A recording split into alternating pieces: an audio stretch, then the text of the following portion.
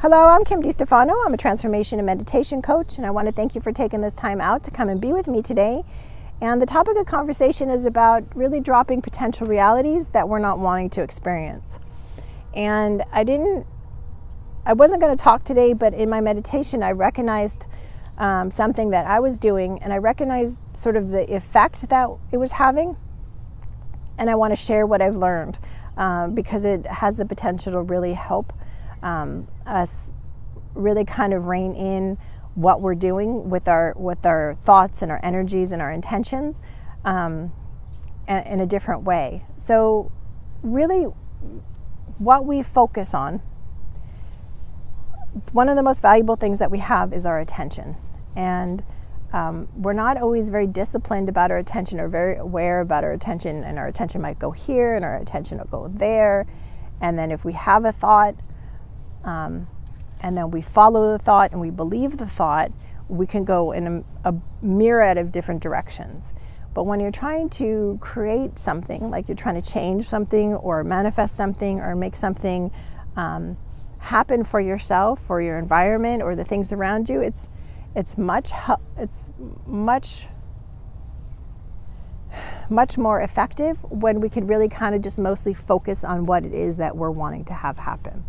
And even when thoughts come up that say, okay, what if it doesn't happen, or maybe complete disaster, if we don't believe those thoughts and we don't follow those thoughts, then we won't get sidetracked, and then we could put our attention kind of back on what we're trying to create.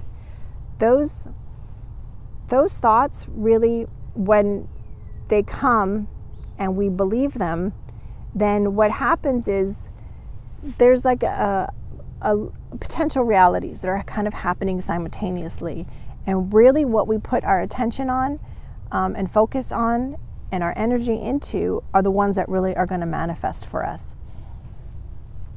And when we have the intent of making it happen, and then we have the thought process that maybe it won't happen, or that maybe complete disaster is going to happen, and we kind of believe that, and we put our focus and attention on those potential realities, we just kind of create a window, an opening for us to then move through that and have our life experiences kind of move in whichever direction. It can go in any of those directions. So we want to really be careful about the potential realities that we're creating, and we're creating it with our thought processes and the belief in the thought processes. So if you have the desire for a new career, and you're focusing on the new career, and you're focusing on how you want to feel in the career and the experiences you want to have and the kind of money you want to have, and that's your primary thought process of what you're wanting to have happen. But then you have the thought, well, maybe I'll be stuck in this career, or maybe I won't be able to make enough, or maybe the shift will be kind of uncertain, and what happens to my family, and you have all these other potential outcomes. If you believe in these potential outcomes and you believe that in the possibility of them, then you've just created that opening for you to actually kind of walk through it and have those sets of experiences. And I think we're kind of taught, to have a plan A, plan B, plan C, have backup plans. And backup plans aren't a bad idea. And I definitely wouldn't encourage you to be irresponsible.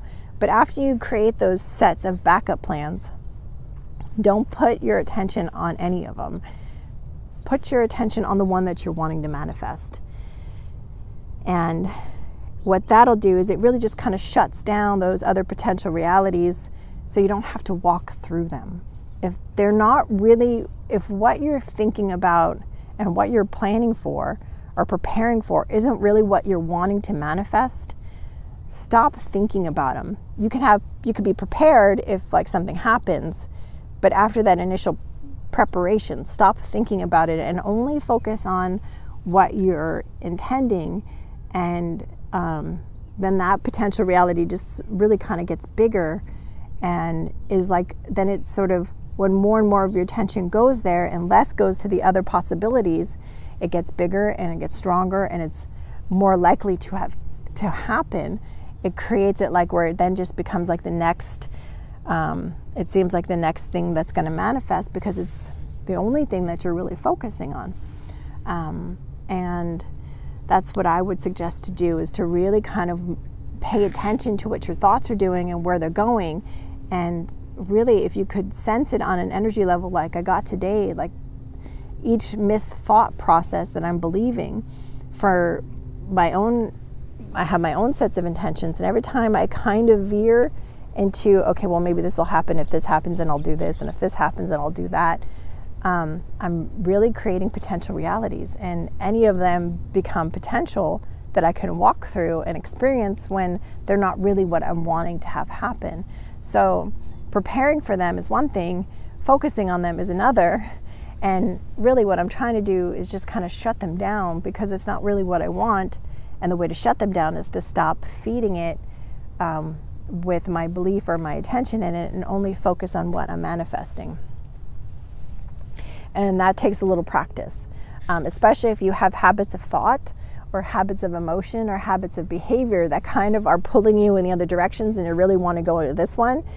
You're going to have to really put your focused attention and energy on, like, what is my mind doing, and what am I creating with my thoughts. And if you catch yourself miscreating, you don't have to berate yourself. You say, okay, I caught it, I'm not doing that anymore, I'm going to focus back here, because this right here is the outcome I'm wanting to have happen. And when you can be focused on what you want to have happen, but be fluid within the possibility of that potential, that's probably the healthiest for us, because then we're not rigid on it. So it's sort of a nice balance between not focusing on what we don't want, focusing only on the kinds of outcomes we're wanting to have happen, but being open and fluid within those potential realities.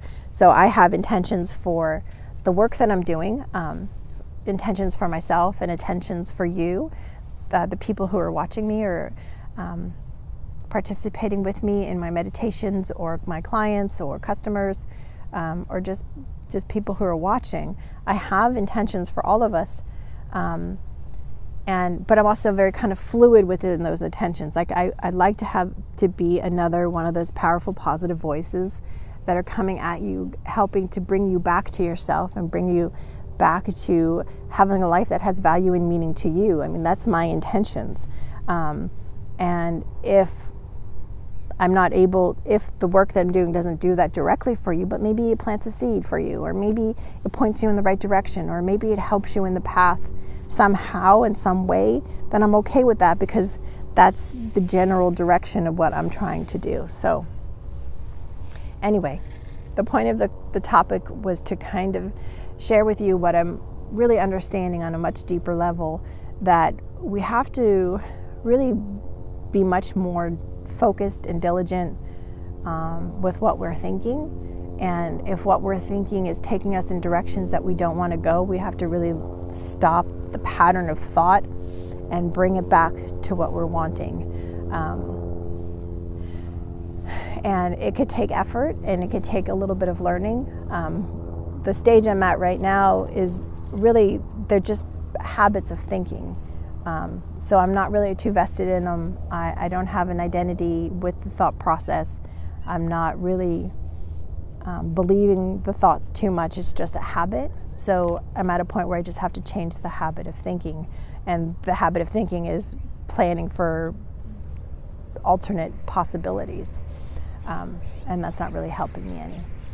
So I hope this helps you, and I hope this supports you on your journey. If you want to learn more or work with me in any way as a coach, you want me to be your coach, or as you want to be a consultant client with me, or if you want to join me on my meditations, there's links here for you to go ahead and do that, to connect.